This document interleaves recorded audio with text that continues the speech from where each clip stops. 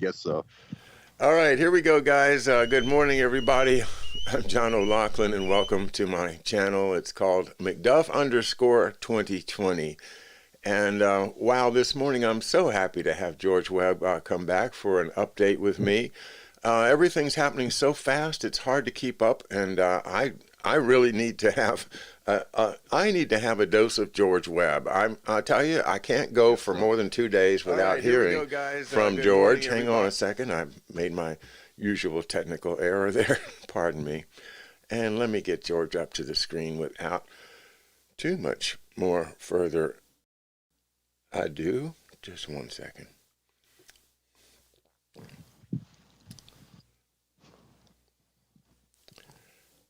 And George Webb, welcome back to McDuff Show. Hey, John. Great to be here. Or great to be here near Jekyll Island. We're not actually on Jekyll Island, but yeah, this is a marsh, not a swamp. I've been told it looks a lot like a swamp at low tide, but here we are in southern Georgia covering the election. Yeah, and also, I think if you had been up here this morning, we might have run down to the Supreme Court to cover what that hearing that's going on this morning with regard to the Pennsylvania situation. I don't know if there's a hearing going on or not, but there's been a lot of interest in the filing in front of Justice Alito as a way to preempt the seating of the electors in Pennsylvania. That seems to be the hot topic this morning. It's all actually, George. It's so complicated that I almost can't even follow it, because even if today is the day they're supposed to seat the electors. All the states are supposed to seat the electors, but there's 6 states that are contested, and each one of them has its own process. And without spending 24 hours a day keeping up, I can't keep up with everything. But I rely on you, George, to tell us what's really important. What do you suggest that we really keep an eye on in the next couple of days, besides, of course, the Supreme Court? Well, John, you always told me precedent, Yeah. and so this reminds me so much of the Tilden, versus Rutherford v. Hayes, the closest election ever in our history, 1876, right?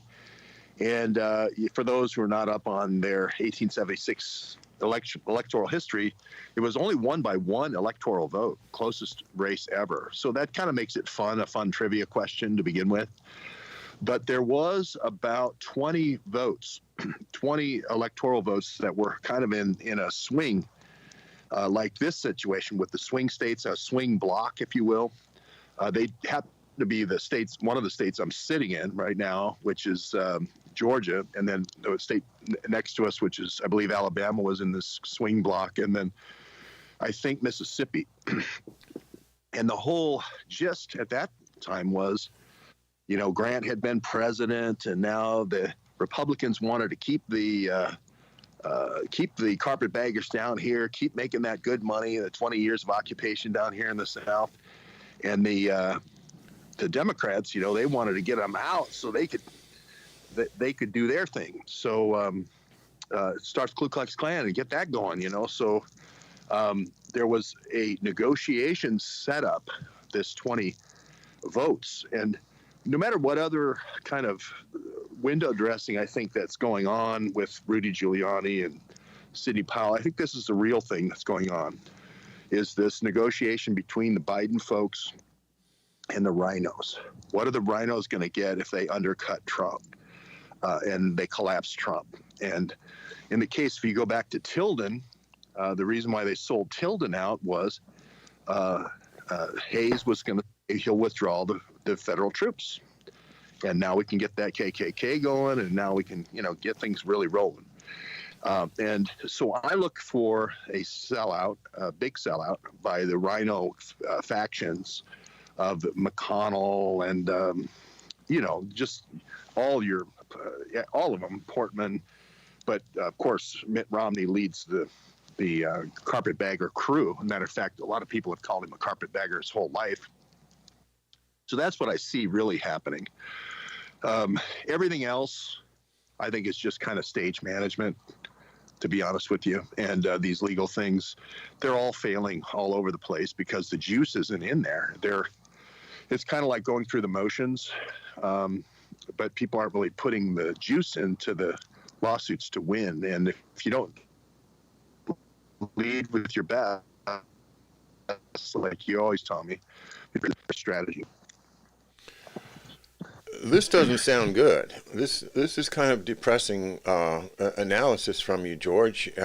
You have been a source of hope for me for 4 years now, and I'm sensing a little bit of resignation in what you're saying.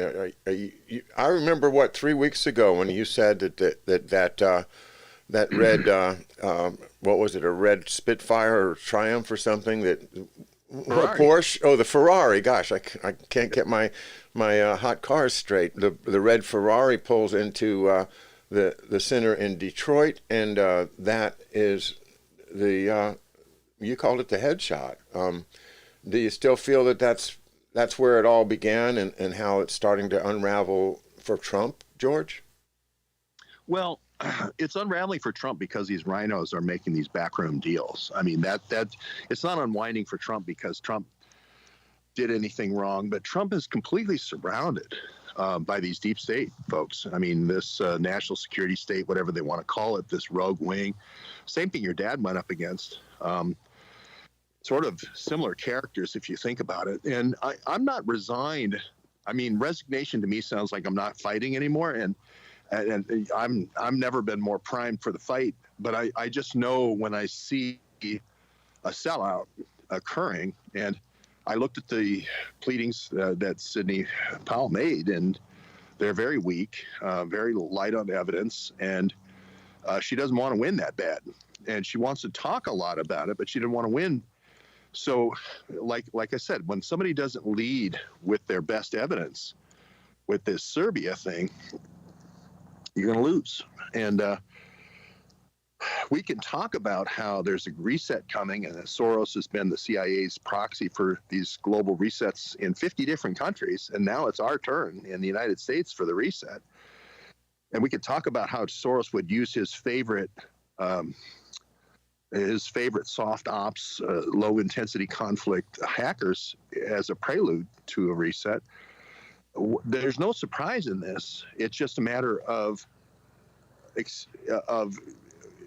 going on to live another day. I don't want to squander resources when I know that the writing is on the wall. Well, I hardly know what to say, because it's been my hope that the Supreme Court will be the final arbiter of this. But if what you're saying happens, i.e. McConnell, the usual rhinos, make their deals and Trump goes down, then it won't ever get to the Supreme Court. The details will just be tied up, and it won't ever get up there. Because I do think that they worked real hard to get the Supreme Court into a position where, if they could get to the Supreme Court, that Trump would win. I don't think that's changed. I think that there is still a strong voice for Trump in this new majority on the Supreme Court. So if they can just, as you say, maybe they're going through the motions, and maybe they're not throwing their best punches right now because they've already know that they've got this solution by just somehow getting a case before the Supreme Court. Well, John, if you wanted to win, right, as you've talked to me many times, and we've critiqued a lot of opening statements and closing statements, you come out and say, look, the people who bought this Dominion software, it was purchased by an DNC operative named Warren Flood, coaching these different key counties in key swing states to buy this Dominion software, this hackable software. The real programming here was done, like, for instance, Georgia spent lock, stock, and barrel $110 million from end to end as Dominion, right? That's the most hackable election then. All the programmers are in Serbia. They come directly from this Otpor canvas group that has done 50 election flips for the CIA and Soros. 50. I'm not talking about just Milosevic in 99. 50, right? Your Honor, this is pattern and practice, right? I can show you, we can bring in the carts of evidence if you want to see the 50 times this group is engaged in these elections. If you show it's a 1-2 punch, if you show it's a demoralization phase that you take a population through, cause everyone to lose their businesses and so forth, and then you come in with shock therapy, economic shock therapy, and you buy up all the assets at 5 cents on the dollar, and you go through, you say, well, this started in Poland, and then we moved over to the rape of the Russia, and then we went on to Yugoslavia, and then we did Arab Spring. If you show that pattern in practice, you say, this is now our turn. This is now these same foreign operatives that have been unleashed the last 25 years now going after America. These are these interests in the CIA cabal with Soros taking down the United States. Your Honor, this is the whole ball game. You're the last, it's on your desk now. You're the last stop before we are Russia, 1999, after the collapse. And everybody gets to sell Russia by the pound, right? You're the last stop. That is a powerful argument because you've got 50 revolutions that this group has caused and been involved in that you have as evidence. But if you come in and take only one of those revolutions that this group was involved in, which is this Popovic group, Otpor canvas, and it was one revolution, and it was Venezuela, and it was through a different company. Same group, same. I agree with Sidney Powell. It's the same group in Serbia and Soros. That's the black hand behind it. But you start talking about how Hugo Chavez is involved and how Cuba is funding it, and how Venezuela is funding it, and then everyone looks up Dominion and sees Dominion doesn't have any programmers in Venezuela. Then it looks like a paper tiger argument of just people complaining and whining. And everyone says, oh, the Trump people are just whining. So when I saw the paper tiger argument, and John, I was no shrinking violet about my objections, right?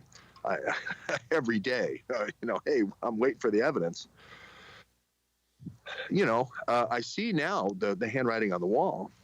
This is a sellout, and you're going to have, I don't know how else to say it, you're going to have these rhinos making a backdoor deal just like they did in 1876. They're going to get something for it. I think they're going to get one of these Senate seats down here in Georgia, maybe both. And then McConnell will have his majority, his check, and they'll be able to be in a bargaining position. But Trump's they throw Trump on the fire. What about military solution? We keep seeing, my Twitter feed. Yesterday I had one of those memes that goes by that says, the president needs to call an insurrection act, state of emergency, and impose a suspension of the Constitution so that the military can then come in and run a free and fair election. That seems to be the pitch that a lot of people maybe from the Flynn camp are saying, is that, hey, we don't need to go through this sham of courts and things, because when they violently kept poll watchers out of their jurisdictions, when they did intentional acts to destroy the sanctity of the vote for the president of the United States, then they were engaging in insurrection. And that is something that no court is going to be able to fix, and we need to have an extraordinary remedy. That seems to be the pitch, and I don't buy it at all. But Do you feel that people are interested in a military solution? I think everybody, John, great analysis. I think everybody basically sees that as a lure to get themselves on a FBI list, a subversives list, and just lose all your possessions quicker that way. I really think the way to play this, it would certainly be um, a total turning your back on the Republic and the Constitution, and that's a bad thing to do.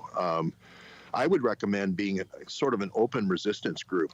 Otpor means resistance, and it's sort of this USAID, United States Information Agency, fake democracy. But what I'm proposing is a real democracy, a real minority that does go after people.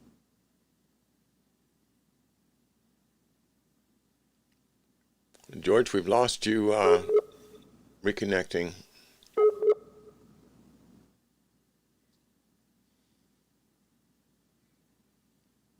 20 years after George, Civil War. we missed everything you just said. We had a blip in our connection. So if you would repeat that. Okay. How far back? I think about 30 seconds. Okay.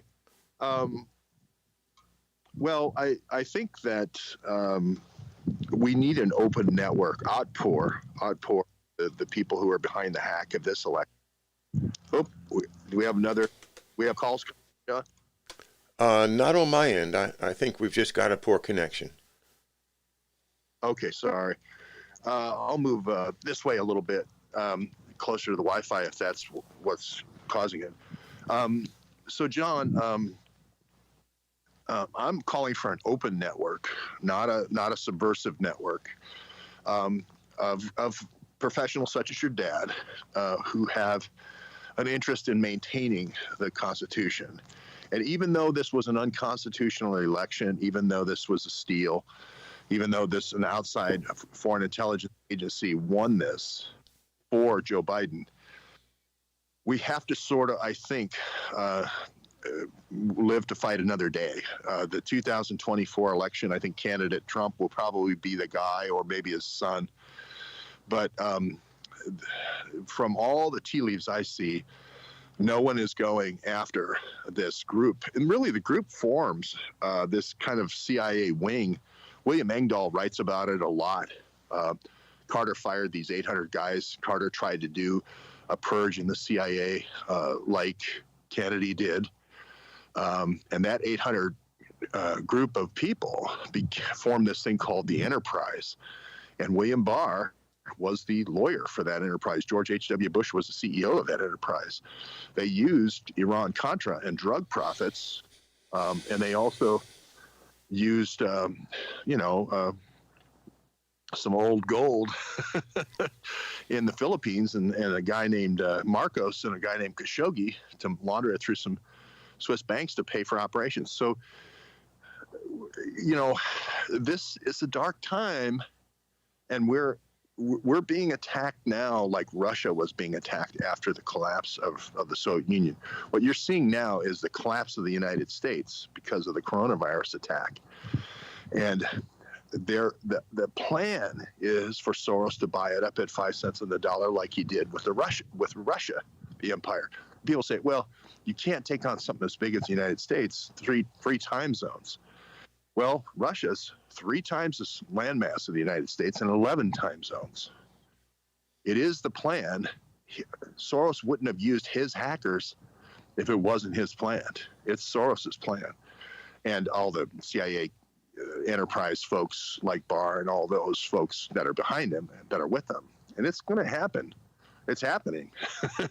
It's going to get worse. Dark winter is going to be thrown in by Biden. So we have to be agile. We have to be agile. We know the sellout is coming. We have to be agile and create this open network of professionals like your father who are going to say, look, we're going to resist this. We're going to be Otpor. We're going to openly resist this because this is a fundamental bastardization of our republic.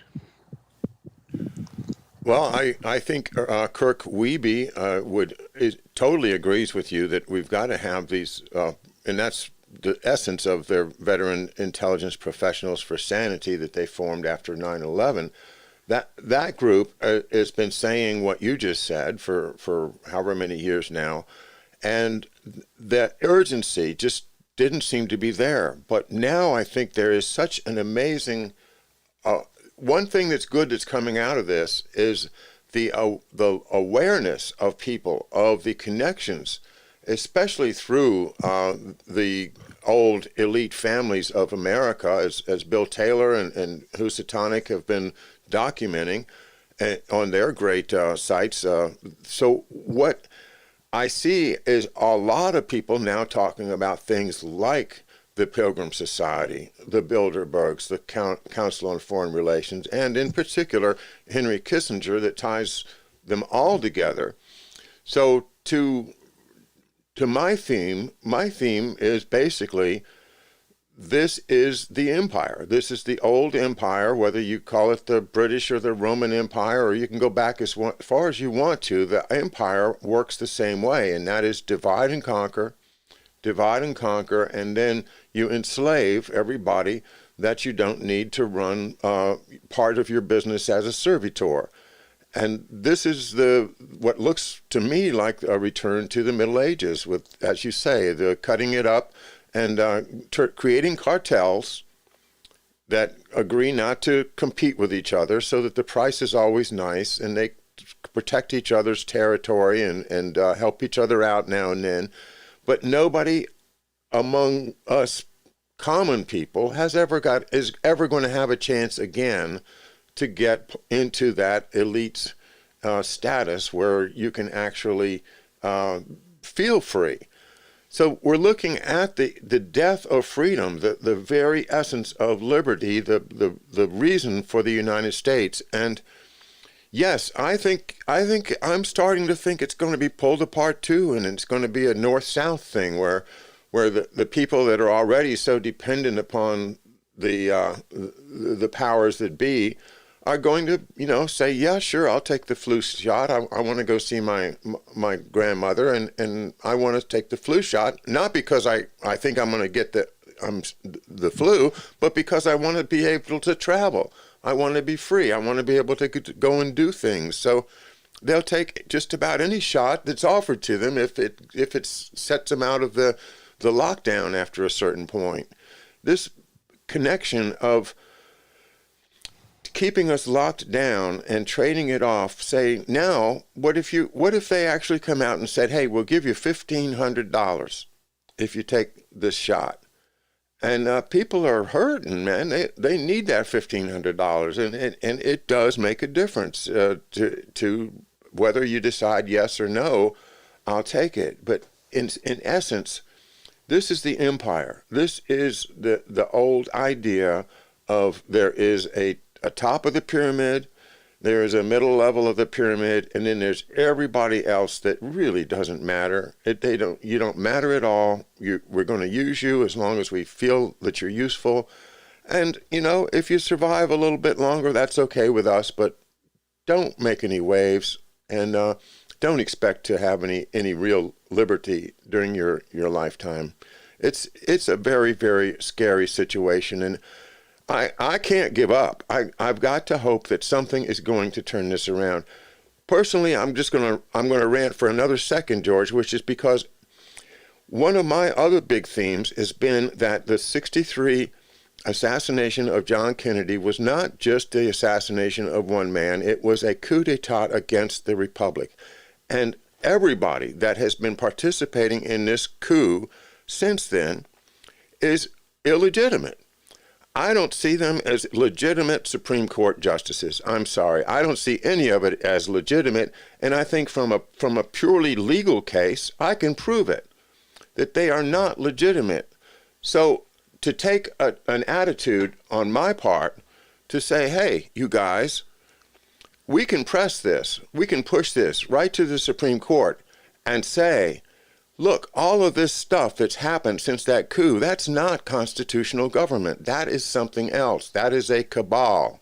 And from my point of view, it seems like this has already happened. And what they're doing now, because they've laid the groundwork for the past 50, 60 years, is pretty easy for them. They're just now inserting their power structure over our government, and our government will just melt away.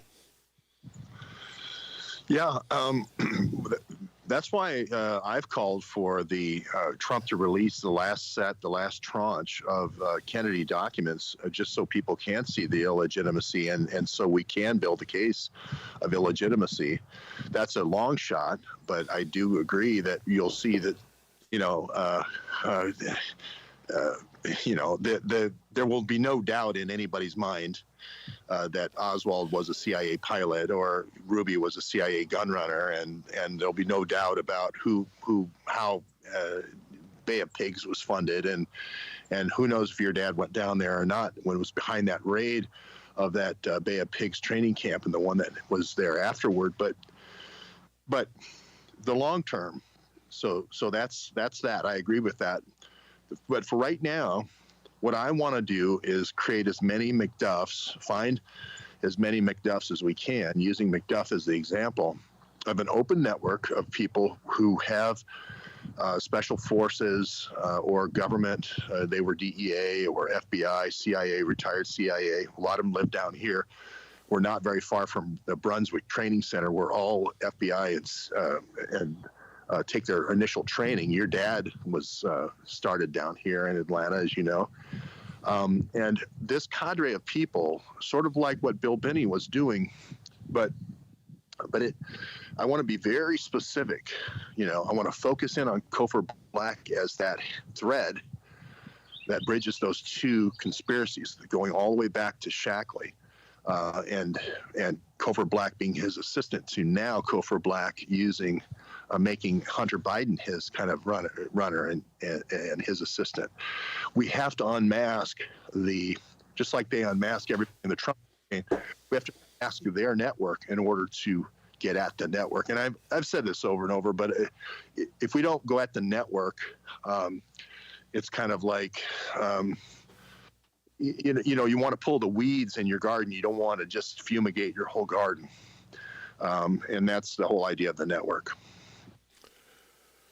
Yeah, and I welcome the idea of using my dad McDuff as a figure that I think your book shows that he was way ahead of of the FBI, of a lot of people, in understanding really what the threat was. And unfortunately, like a lot of people, he knew too much, and so when offered the chance to join the conspiracy, ethically and for every other reason, he wouldn't do it, and that was the end of his usefulness as far as they're concerned.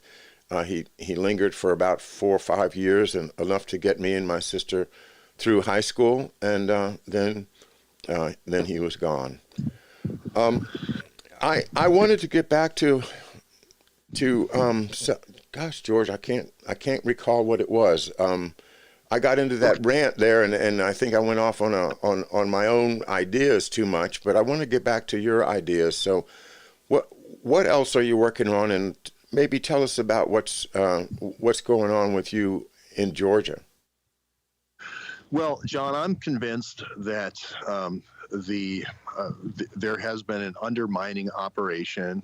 A deep state, whatever you want to call it, the 800 that were in this group called the Enterprise, with Bill Barr kind of leading the charge there for George W. Bush, is the basis, Cofer Black, et cetera, is the basis ever since Iran-Contra of these people that have sort of surrounded our democracy, and they've undermined the walls and they've collapsed it now. And then they put Barr back in, to manage the last, operation here. But it is sort of a Walls of Jericho operation, infiltration and undermining.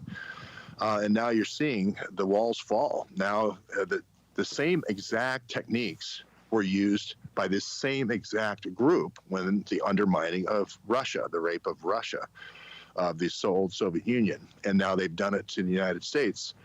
So what we have to do is look to the Russian example and say, okay, how do you get out of the the trenches here? How do you get out of the the destruction? And I call for an open. The problem with McDuff, it was completely surrounded, and he was the only guy who knew all this stuff. Okay, if you create an open network, a transparent network, which he couldn't at that point, you increase your survivability. It's sort of like I'm still not dead, right? Because I broadcast every day, right? Task Force is dead. She didn't broadcast every day. I think right there, it just tells you the difference is they don't want to create martyrs. So we need to get more and more people into this business, John, of telling the truth and going back and dissecting this network and unmasking this network. And we need it to be big. I'm interviewing a guy down here who has a lot of special forces background. I introduced him to my audience, this James Grimshaw. And there's this kind of McDuff network of these special forces guys who know what's going on with JSOC and know what's going on with SOCOM and know how this whole thing happened with Petraeus kind of undermining. And we need to bring those guys out before they, die of old age, to teach everyone, the Addy Adzes of the world, of what's going on. In a way, it's like Otpor. What Otpor did to destroy the United States through infiltration, through covert means and conspiracy, we're going to do the opposite in terms of knowledge and transparency. The only way to fight this covert network is to take advantage of our number one thing, which is what we're doing right now, social media and being out in the open and being transparent. Open networks have no bottlenecks, no constrictions. We get to a broader audience. Their natural advantage is secrecy, but their natural disadvantage is constricted networks. So if we can break that network secrecy, we will win. We have numbers and we have natural open networks, transparency. You reminded me of what I was going to ask you earlier. It seems to me that the unwillingness to actually confront the Blackberry question of, when they say, hey, we've been unable to crack the Blackberries, okay? What that tells me is that they've been unwilling to go talk to the person that knows how to crack the Blackberries and to talk to that person in serious enough terms that he will teach you how to crack the Blackberries. Well, why can't they just go and pick up the people that created these things and sit them down and say, hey, we need to know how to work these Blackberries, guys? Well, this was my job for a long time, so I know how it's done, and I know how the keys are exchanged and so forth. And my brother is a worldwide expert on this stuff, and for some of the biggest NSA and other security organizations. So I'm also referencing his expertise. The guy who gives the keys knows who has the keys. It's just that simple. Just think of it, you don't have to think of it in a whole bunch of high-tech stuff. If I create a lockbox with, let's say 10 keys on it, and all 10 people with each have a key with their own individual lock, and all 10 have to open up that box, right? That's all it is, right? But the guy who made the 10 keys knows the answer. This is why I kept going after Imran Awan. I know it's Dmitry Alperovich, so I've been saying this for 4 years, right? We need to have, I'm not saying a military tribunal, but Mike Flynn had these Blackberries, right? He knows the different peacekeeping organizations, the UN peacekeeping organizations that had these. He used one of these devices to communicate with Sergei Kislyak. We know that. We sat in court and listened to that. That is an interesting situation. How is Sergei Kislyak communicating with Mike Flynn using an encrypted Blackberry?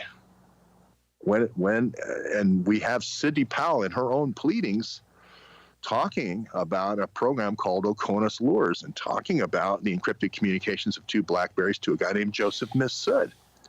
And that's the guy who's at the center of the Trump dossier. Now, how did that Blackberry communication happen? So all these things, John, are very obvious questions, like you say. that we need answers to. But we keep casting the people who did the Trump dossier as heroes and victims rather than, hey, now that you got your pardon. I think Trump was a master stroke giving Flynn a pardon, because now Flynn can talk about how long he had a secret conversation going on with Kislyak. Did any of the Belt and Road reactors, the 30 reactor deal that he was doing with Kislyak, remember he was doing a 30 reactor deal with China too, did any of those end up being the Belt and Road reactors? Mike Flynn hasn't talked about those 30 reactors much. Remember, they were going to try to hang that on Trump, those 30 reactors on Trump. When the deal was actually done a year before, they were going to actually hang it on Trump at the Trump Tower in August of 2016. The fact Mike Flynn was doing this reactor deal in the waning days of the campaign. So I just think it's Mike Flynn's turn to talk. He knows the answer. I gave him the benefit of the doubt. I gave his lawyer the benefit of the doubt.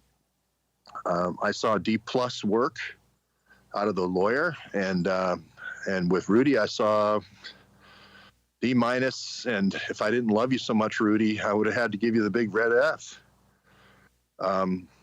This was a spectacular failure of the legal team that was supposed to lay the evidence out and win. Well, George, I can't help but feel that that is caused by the power of the people in those Serbia operations that you're speaking of, saying, no, you won't. You will not go there. And you're the voice crying in the wilderness saying, Serbia, like they're saying Russia, Russia, Russia. Well, Serbia, Serbia, Serbia would be the appropriate answer, as we talked about last time. But somebody has got the word out that just said, do not go there. And, whoever it is that's saying that is very well, highly respected. Let's put it that way. Well, and remember, John, this isn't me just saying, here's the IP address of, 82, 117, 198,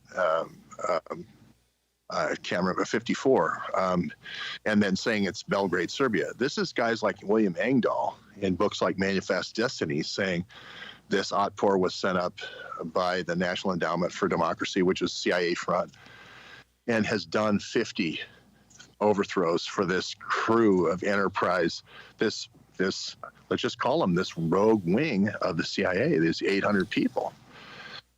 And it's a reign of terror. It's kind of like the Bonnie and Clyde gang, it's not that many people. Now their kids are involved, and they've bought off these KGB generals so that they have a little bit of an international consortium. But their reign of terror just keeps going. We've said Iran-Contra was an extension of Iran-Contra.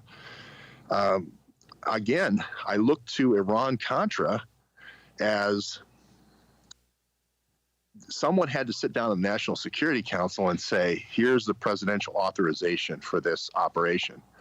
Probably when Reagan was, barely had any wits about him. And, 12333 probably was the authorization that he made. Kurt Wiebe talks a lot about 12333, and Cheney and Bush were off to the races with that. They keep reusing this. They even reuse it. It was called Operation Hammer to take down the Soviet Union, and they repurposed it to spy on everybody in Washington. And they created all those discs that Dennis Montgomery always talks about. But they even repurposed these names in this latest election, talking about Operation Hammer and Scorecard. Scorecard is a part of Dominion, but Hammer isn't. They keep mixing and misinforming. When they actually they're taking previous things they've done in previous operations. So I don't know. We've said for 4 years it was coming. We've had literally OTPOR and Petraeus in my 2016 videos, John, saying if it comes, it's going to be these guys. And they've done 50 overthrows. Now it's our turn. That's just all it is. I'm sorry. The coronavirus is as a way of demoralizing and separating everyone to reduce resistance. The next thing is the reset. Well, President Trump says, "Don't be afraid. Don't let coronavirus alter your life. Try not to be a victim of the psyop. In other words, because whether there is a virus or not, it's certainly not by any reasonable definition from any reputable dictionary a real pandemic. I just saw the statistics this morning that the total number of deaths in the United States year over year for the past 4 years has not gone up, including this year. So where do you find evidence of that requires us to be shut down like this? That they followed the model that the Chinese government, the supposed, communist state followed, and now we have been subjected to basically a communist state regimen that's only getting tighter as now in the spring, if they win and it looks, if Biden is the president, then they're going to just keep on going with this climate change thing. We'll probably see Greta Thunberg back telling us, how bad we've been and what we need to do to please our kind masters at the World Economic Forum. This is a dark future as far as I'm concerned. And what you've said, I'm sorry, but it's just, I can't help but feel sad because you've been working so hard to make sure that this did not happen, George. And gosh, I mean, to see you here, I mean, we've been 3 years working on this together, going to the court hearings, driving all over the place. And I'm looking ahead, though. Whatever happens, I think we've probably got 2 years to fight things in the courts. For instance, if they come in and they say, well, everybody's got to get a vaccine today, that could take some time for that to get litigated. But what we need to do is use your network that you're describing to get people attacking seriously the thinking of our seated congressional representatives. And my jurisdiction, I got a really tough row to hoe here because I've got Steny Hoyer, himself, the minority whip and a very powerful person in the Democratic Party, but he's part of the swamp. And for somebody like me, who's just a citizen in this 3-county area, for 4 counties he's got part of, to try to do anything is almost impossible. But if I had a network like you're proposing, and I could say, hey, look, here's what William Engdahl has sworn to in an affidavit, and I can introduce this in a hearing if I need to, and put together a real case to go to Steny Hoyer and say, hey, man, you are contributing to the loss of our Constitution if you don't turn this around. Can you not see that? And if not, then I'm going to have to do everything I can to see that you're not reelected, and then go from there. Maybe we can find some Kimberly Klacik for Charles County, George, or something like that. Somebody that's attractive, young, smart, brilliant, and makes a great appearance. Like that lady that ran as a Republican in Baltimore and is being very, very politically active after the election loss. I think she'll be a big name next time. For somebody like that to come in and really challenge, but not just on broad social issues, but to go to the actual issue of sovereignty, of the loss of our freedoms through this insinuation of this cabal. And I'm sorry, if you want to call it a conspiracy theory, I'm going to call it a conspiracy fact, because it is a fact that we have been suffering under this conspiracy for decades and decades. And, nobody knows it more than you, that we have now been taken under by this same conspiracy that's been existing ever since Fletcher Prouty identified it in his book, The Secret Team, in 1972. Yeah, I agreed. I totally think this is the answer to how to win. is a McDuff type network of ex-professionals. Weeby is on the way. He just needs to zoom in a little bit and refine his targeting. But the first hammer, if you will, is the financial money supply. Right over here, right over there, just a little bit over the way at Jekyll Island. The bankers are control the money supply. So even if Trump won, they could still cut credit. If you look back again, I just look at the previous 50 revolutions that Soros did, the shock therapy, they cut credit. I want to buy things after they fail. I get it 5 cents on the dollar. Right? So I'm going to cut credit. So as soon as Biden gets in, I'm going to cut credit. And now I can buy up all those people who can't make their payments for 5 cents on the dollar. And then I can use the federal dollars to give to my friends, to give the Amazons and give it to the big tech, for social media, Zoom, whoever. And so forth. So that's what's coming. Soros wrote the plan for Poland in '82. We all lived through that with Solidarność. And those folks were, we still had communism at that time, John.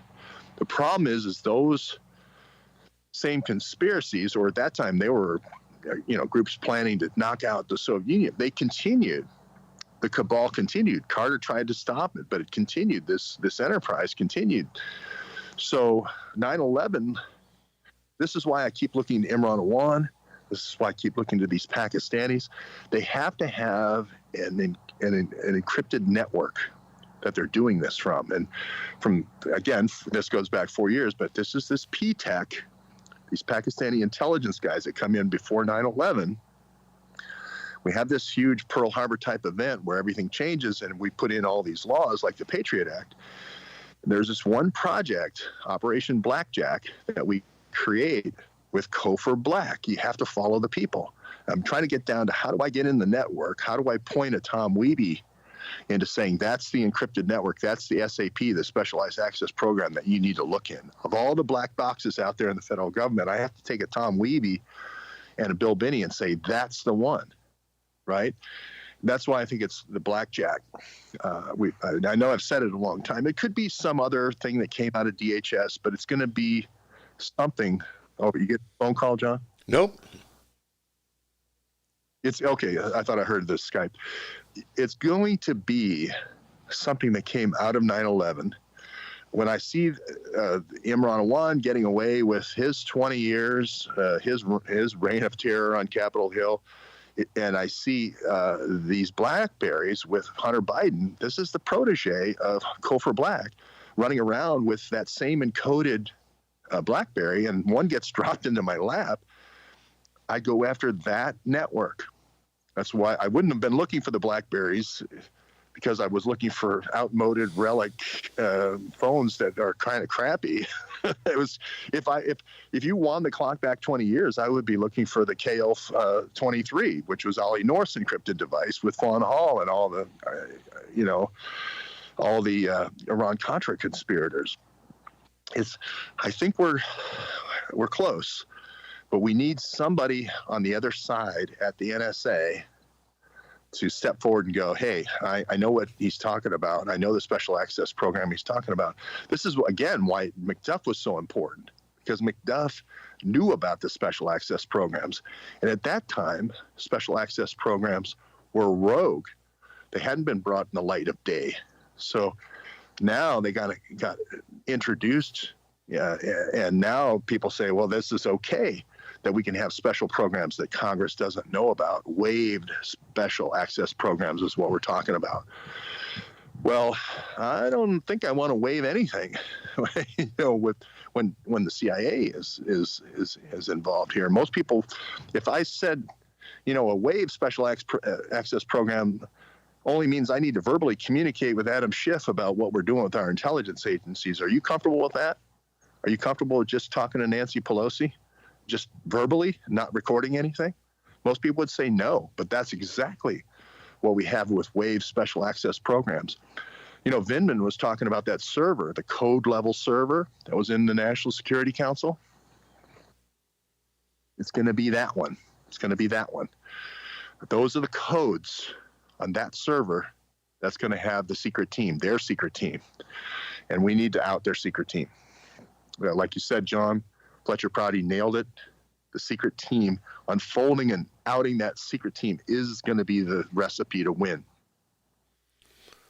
George, thanks for everything that you've been doing and for your leadership, because you are the leader. And like I've always said when I started this channel, if it wasn't for you, I wouldn't be doing this. I am doing it now for everybody, not of course not for George Webb, but to support George Webb's work, because George Webb's work is for everybody. I look forward to the day that you're back here in the studio with me, my friend, because we definitely work together in a very positive, wonderful way. And I've enjoyed our conversation today, George, even though it seems a little bit sad. But as long as we keep on, we're free today. I feel free today. I feel like I can say what I want. And that's why I think, it's a good sign that they let me come back, rebuild my channel. I'm up to 2,500 now. I was at close to 12,000, as you know. But things like, as you said, they're not looking to make martyrs. And I'm not looking to be a martyr, and I know you're not either.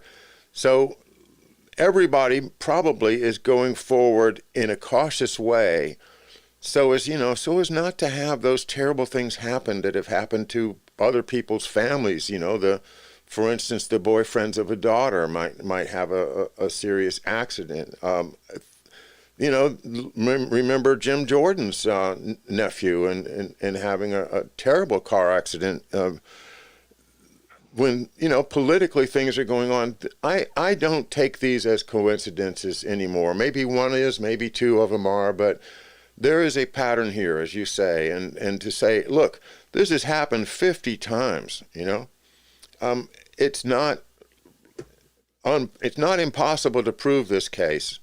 What seems to be impossible is to get somebody that's willing to prove this case, that has the stature and the forum and the ability to bring the evidence together into the forum to go forward with it. That's not necessarily mean that it won't happen. It just means that we're all moving forward kind of cautiously in a broad way, but maybe encircling this enemy in a way that they haven't yet anticipated, so that we can, at some point say, hey, we've got you surrounded. You remember when we used to talk about the invisible walls compressing together, George, like the trash compactor in Star Wars, where hey, the truth walls are closing in. George, let's keep building those truth walls. Yep, I agree with you, John, 100%. Operation Blackjack, Imran.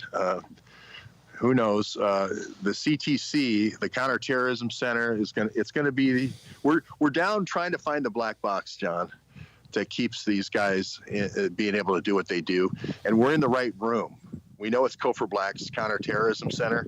We just don't know which room it's in and which drawer it's in, but we're getting close. So the final thing I want to say is be positive. We know that's the answer, finding that black box. We find it, we win. So we'll leave it there.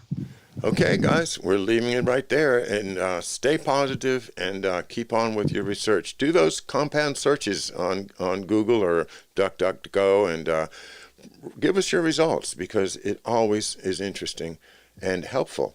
Thanks, George. Thanks, everybody. Have a great afternoon. Tonight, George, David Underdown will be his premiere show with McDuff tonight at 8 p.m. So one of your acolytes, if I may say, or at least somebody who's been hanging around with you a lot, and a very brilliant mind, if I may say. Yeah, I wouldn't say acolyte. I'd say, my hope would be that there are a whole bunch of people that are doing exactly what we're doing, and we're just coming forward. But I will say this, Permindex, Dave really knows that Permindex, and this is your dad's Permindex, because your dad uses this Permindex to crack the case, right? I think you're going to find. And this mega group with Max Fisher, so that'll be a great show for you guys tonight. Okay, thanks, George. Thanks, everybody.